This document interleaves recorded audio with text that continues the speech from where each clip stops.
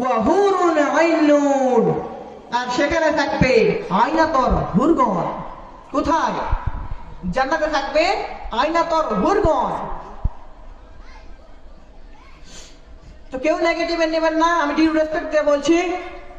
তো আমি একটি আয়াত, যারা ইয়াঙ্গার পিপুল আমরা আছি, যারা যুবক, তাদেরকে নিয়ে বলে শেষ করবো ইনশাআল্লাহ।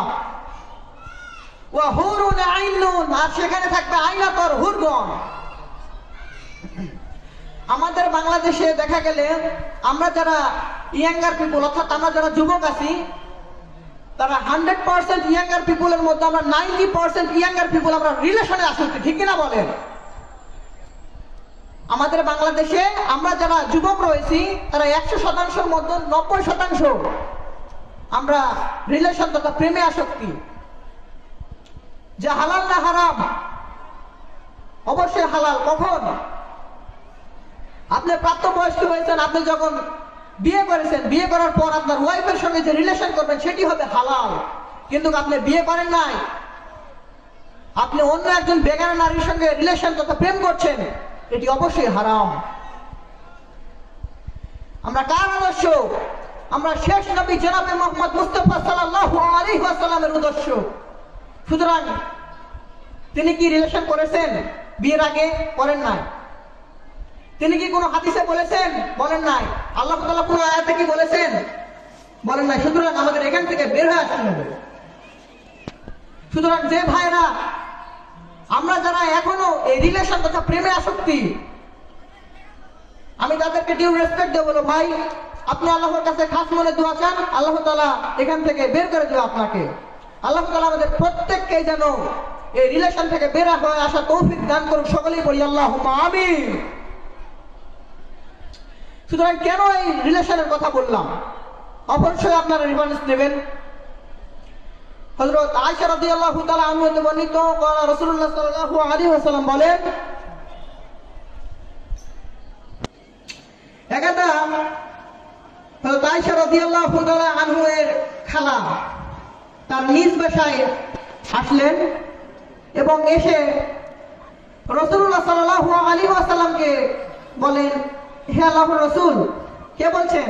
হযরত আয়েশা রাদিয়াল্লাহু তাআলা আনহা এর বৃদ্ধা খালা সে বলছেন, হে আল্লাহর রাসূল, আপনি আমার জন্য দোয়া করুন, আল্লাহ তাআলা আমাকে যেন জান্নাতুল ফেরদাউস দান করে।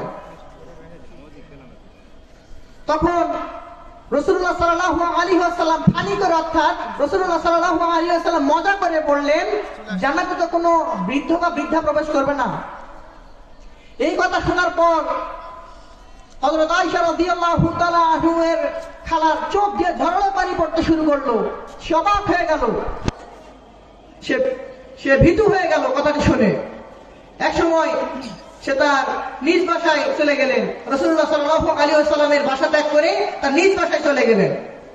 এক সময় রাসূলুল্লাহ সাল্লাল্লাহু আলাইহি ওয়াসাল্লাম বললেন, তাকে এখনই জানিয়ে দাও যে জান্নাতে কোনো বৃদ্ধ বা বৃদ্ধা প্রবেশ করবে না। সুতরাং কিয়ামতের বিচার ফয়সালার দিন যার আমল ওজন ভারী হবে সে তো অবশ্যই জান্নাতে যাবে। অর্থাৎ জান্নাতে যাওয়ার সঙ্গে সঙ্গে তার একজন বৃদ্ধ বা বৃদ্ধার বয়স যদি 500 বছর হয় না কেন, জান্নাতে যাওয়ার সঙ্গে সঙ্গে 30 থেকে 33 বছর যুবক এবং যুবতী হিসেবে ধাবিত করবেন। সুবহানাল্লাহ বলেন। আপনার বয়স যদি 500 বছর হোক না কেন, কিয়ামতের বিচার ফয়সালার দিন আপনার আমলনামার ওজন যদি ভালো হয়, আপনার আমলনামার ওজন যদি ভারী হয়,